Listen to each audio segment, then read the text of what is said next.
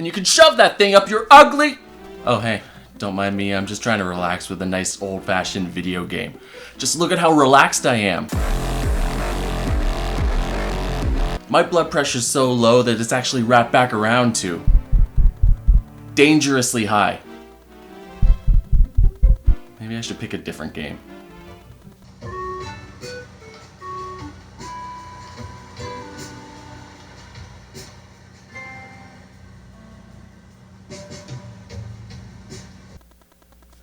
Call of Duty. Call of Duty seems more my speed right now. Competition has been at the heart of video games since their inception. It's always been a zero-sum game. In order to win, someone has to lose, and the rise of online multiplayer has only added to the toxicity. But this is also supposed to be a hobby, a way for people to relax and forget about all the stress in their real life. No one likes losing, so as time went on, it became clear that a new type of game needed to emerge to fill the gap between exciting, ultra-competitive action and watching paint dry. Enter the cozy game, games that encourage relaxation and creativity over violence and sharing your favorite slurs. This is a relatively new term, though games like this have been around for some time. Harvest Moon debuted on the Super Nintendo back in the late 90s and is the progenitor of the farm sim genre, a mainstay of the cozy game space. Brainchild of Yasuhiro Wada, who grew up in the Japanese countryside before moving to the city to make games, the original Harvest Moon was a victim of the exact same kind of corporate bureaucracy that it was made to escape from. The game's original publisher, Pack-In Video, went bankrupt before the game was released and then merged with Victor Entertainment, who then slashed the budget and cut the team down to just 3 people. But despite getting dragged down by its corporate partners, Harvest Moon still managed to release to moderate success. While the original SNES game was a little rough around the edges, probably largely due to the budget cuts and the fact that this was a brand new concept at the time, it still managed to spawn a few sequels and eventually become a fully fledged franchise. But their struggles against the corporate world of video game publishing weren't over yet. So the name Harvest Moon was actually created by the game's North American localization/publishing firm Natsume Inc. The Japanese name is Bokujo Monogatari, or Farm Story. But through a series of mergers and acquisitions, the developer Marvelous was eventually able to acquire their own in-house localizer/publisher Xseed Games. But Natsume still had the rights to the Harvest Moon name, and they weren't willing to give it up. Which meant that if Marvelous wanted to publish their games on their own, they weren't allowed to use the now highly recognizable name and brand that through their own efforts had become synonymous with the genre that they invented. So Marvelous and Natsume officially split, with Marvelous continuing to develop Bokujo Monogatari, now under the name Story of Seasons in the West, as well as some spin-off games like Rune Factory, and Natsume developing their own hollow cash grabs while wearing the rotting skin of Harvest Moon. This led to a lot of confusion among fans, with those that weren't up to date on their corporate drama wondering why Harvest Moon suddenly got a lot worse in 2014.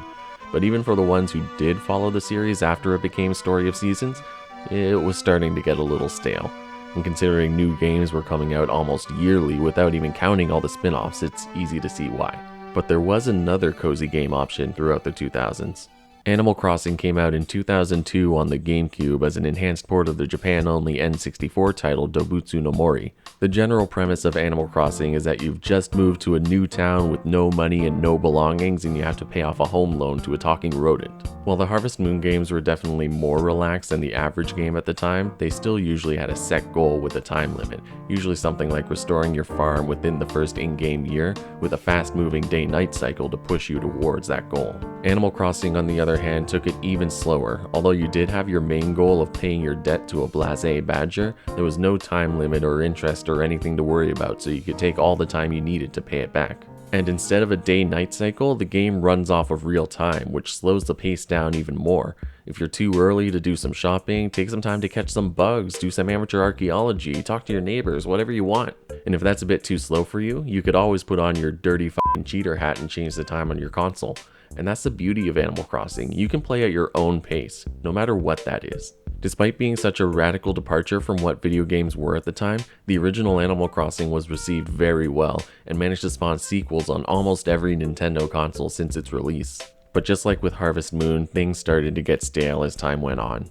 Animal Crossing Wild World on the DS added online multiplayer and a few quality of life features, but for the most part this was just the GameCube game compressed down into a DS cartridge.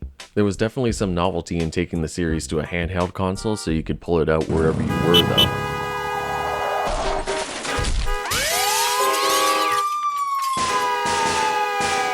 So when City Folk came out and was basically just Wild World blown back up into a home console game, people started to get a little annoyed. It wasn't until New Leaf came out on the 3DS and let you become the mayor of your new town that it started to feel like the Animal Crossing franchise was truly evolving. For a while, these two were basically the extent of what would eventually be known as the cozy game genre, and they were slowly dying out. The Harvest Moon and Story of Seasons franchise was struggling to survive in the modern era, and while Animal Crossing had its dedicated fans, after New Leaf, Nintendo seemed too busy doing whatever the hell this was to give them the new mainline game that they truly wanted. But everything changed in 2016. Stardew Valley released in February of 2016 and was met with pretty much universal acclaim. This was a farm and life sim genre heavily inspired by the Harvest Moon or Story of Seasons series and made by a single developer, Eric Barone, aka Concerned Ape, and it single-handedly reinvigorated the farm sim genre. It's rare for a game to be this universally loved. Even Yasuhiro Wada himself praised Stardew Valley for retaining the elements of freedom that his own games have strayed away from. Gameplay-wise, Stardew Valley is actually a bit closer to something like Rune Factory, seeing as both of them combine the farm sim gameplay with RPG elements like dungeon crawling and crafting, though Stardew does eschew the fantasy setting for a more contemporary small town that will be familiar to Harvest Moon fans. What was great about Stardew, beyond just how well the different game mechanics meshed together, was the characters. Pretty much every character in the game is fleshed out in some way. They all have their own schedules and relationships with the other characters. You can see them hanging out with their friends, and you'll sometimes see cutscenes of the characters interacting with each other, something that in previous Harvest Moon games was mostly reserved for the romanceable characters. It went a long way toward making Pelican Town feel like an actual community and not just the backdrop to a video game. Even though Stardew Valley didn't necessarily introduce any new or groundbreaking mechanics on its own, the amount of effort and care that went into it was enough to launch it into a full-on cultural phenomenon. Go on, ask your grandma, she's heard of it. Inevitably, when a game comes out of nowhere and launches itself into massive success like this, you get a ton of copycats releasing over the course of the next few years. Suddenly, the struggling farm sim genre was thriving with all kinds of new releases, and we had more and more games from various genres falling under this new cozy game label. The cozy game wave only got stronger in 2020 with the return of Animal Crossing. Finally, after 8 years, we got a new mainline Animal Crossing game, New Horizons, and at a time where more than ever people needed an outlet to escape the stress of the world. Man, Garfield's really fucked this time. It was nice to see these slower, more relaxing games move from their niche corners into the mainstream, and it opened up gaming to a much wider audience, i.e. women. Now, you don't have to be a woman to enjoy a good cozy game, just like you don't have to be a man to enjoy a good murder simulator. But just try telling that to the marketing departments in charge of advertising these things. It's no secret that gaming has always been a male-dominated space. When most people think of video games, they think of the testosterone-fueled bro quest starring Big Man the Pussy Fucker. But that doesn't mean women don't like video games too. It does make it more difficult for them when toxic masculinity rears its ugly head in gaming communities though. We all know the type, the you wouldn't survive 2 minutes in a Call of Duty lobby losers that tend to pop up anywhere video games are mentioned and make you think twice about publicly admitting that you've heard of video games. No, I'm just holding these for a friend. And yeah, most of that bravado is just thinly veiled misogyny. While most of us have learned to filter those guys out, if you're new to gaming, it's a little harder to ignore. So when more wholesome communities started to form around these quieter games that the capital G gamers had no interest in, it gave an in to people who didn't fit the toxic masculinity mold. Unfortunately, those communities aren't immune to developing their own brand of toxicity. At least the Watching Paint Dry community always has a positive attitude. These graphics are incredible. A lot of cozy games come with a bright, colorful, cutesy art style and are made to elicit feelings of happiness and relaxation. As such, when you join a subreddit or Discord server dedicated to cozy games, they usually try to set up a similar atmosphere. Sometimes though, they can go a little too far and end up promoting toxic positivity. Basically, toxic positivity comes from trying to force a positive attitude all the time by avoiding or suppressing any negative emotions or thoughts. This usually manifests in gaming communities by suppressing any complaints about the game as just having a negative attitude. So when you have legitimate criticisms or concerns about a game that you care about, whether it's a recent update or just something that you think could be improved, sometimes it can feel like you're being attacked just for voicing those opinions. Not only does crushing any kind of criticism hurt the game in the long run, especially for live service and free-to-play games that rely on player feedback to improve in future updates, but it can also have some truly awful psychological effects. If you face that kind of toxic positivity too much, you'll start to feel shame and guilt when you, like any other normal human being, feel a little bad sometimes. And then there's the incessant advertising of the cozy aesthetic across social media. With cozy gaming becoming a full-on trend, you have all kinds of people trying to make money off of it by hawking their dropship blankets and fake plants and junk on TikTok or whatever. Did I need it? No. Do you need it? Probably not. I mean, how do you expect to pay off that capitalist capybara without at least a dozen cat paw print thumbstick covers?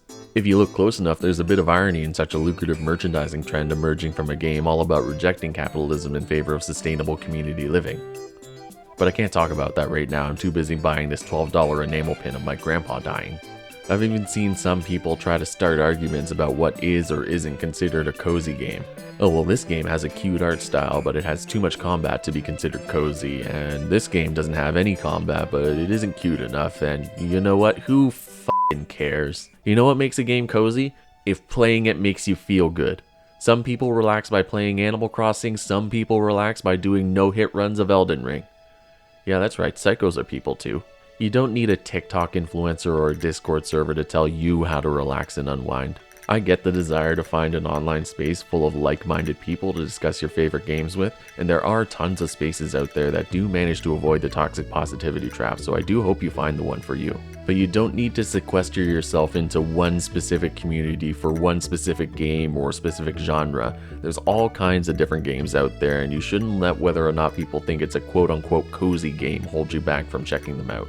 On the other hand, the more traditional gamers out there shouldn't discount all cozy games as just for casuals. The whole point of this cozy game trend is to highlight games that anyone can get into, including those of us who also enjoy games that kick our asses. And I think that's something we've got away from a bit by splitting off into cozy and non-cozy categories. It's easier than ever to find all kinds of games from different genres with services like Game Pass and PS Plus, and stepping out of your comfort zone a little is the best way to grow and expand your horizons. Experience these stories from people with different perspectives from your own, and maybe understand them and games as an art form just a little more than you did before. Just try it. You might have a little fun and maybe learn something. As for me, my favorite game just got a new expansion and I can't wait to check it out. Oh, no fucking way.